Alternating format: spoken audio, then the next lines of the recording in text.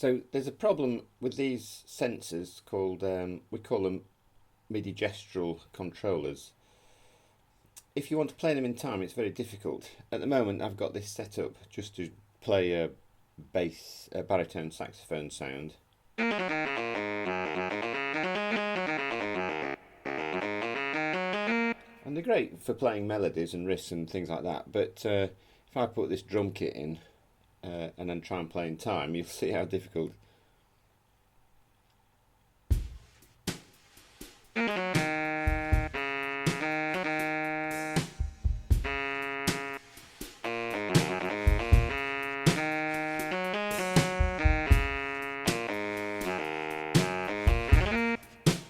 It's really quite difficult. So I came up with the idea of using what we could call a MIDI gate, which is basically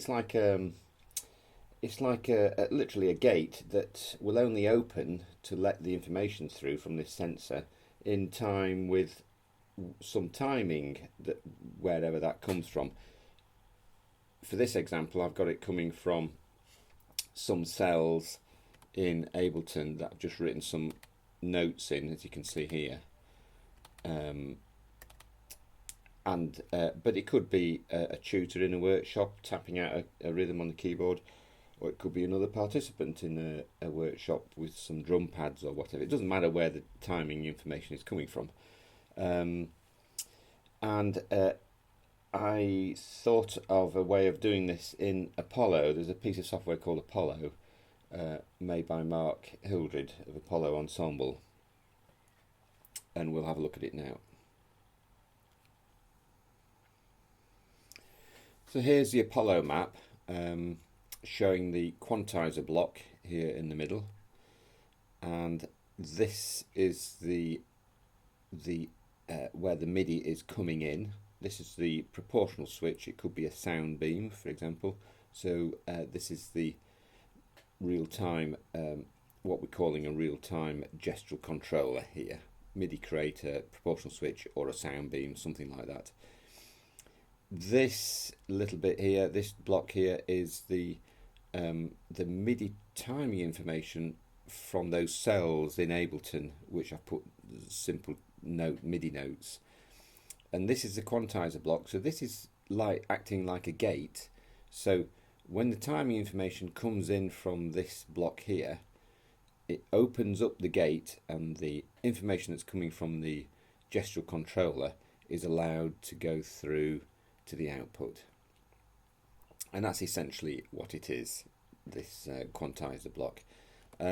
You'll see here, at the moment for this demonstration, I'm using Ableton. It looks a little bit more confusing because I'm using Ableton to generate the timing information, but the timing information, like I said before, could be coming from a participant, or it could be coming from a tutor, or it could be coming, say, from a bass line in a music sequence or something like that. But just for the sake of this demonstration, I've got it coming from those cells in Ableton that I've written. This is the MIDI proportional switch, and this is the output. For every block in Ableton, if you click on it, you get this window opening up which tells you what's going on, and you can change certain parameters of that block. Here's the quantizer block. This is the heart of it. This block here, the MIDI pass block, we had to put that in because there's some MIDI information which you don't want to be blocked by this MIDI gate here. You always want it going through. I won't go into what sort of messages, but sometimes you just need some information. So this is like a bypass block. So for the information that you always want going through, you can specify it here. For example, if I drop down there, we can say here on, it's actually here, we can specify what information we want going through the actual quantizer block and what information we want going by bypassing the quantizer block. So let's the MIDI map is playing, so let's go back to the Ableton arrangement and demo this quantizer block actually working.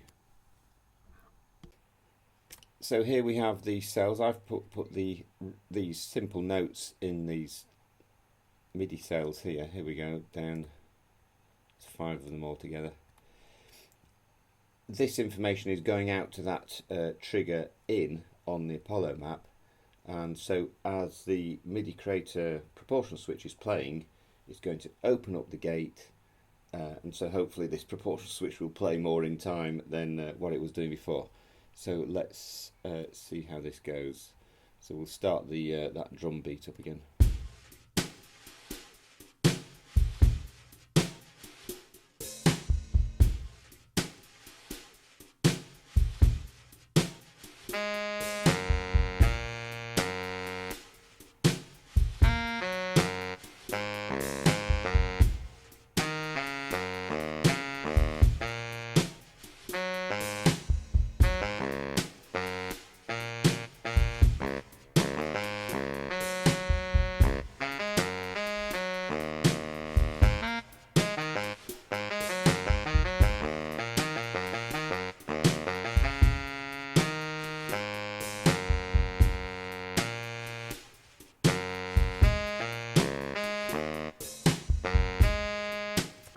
So you'll hear, you can see that as I'm going through, I'm clicking on, I've set these cells up to advance automatically, but as they're going through I'm trying to highlight them, and you can see this is just the timing information here. So the pitch information is as it was before, coming from the proportional switch, but this is now chopping up that pitch information into the timing of this particular arrangement. So I'll just show it again. If you watch the notes in the cells, you'll see that it is chopping the notes from the proportional switch. It's not changing the pitch of them, but it's just chopping them up into slices of time, rhythmical time, if you like. Just try again.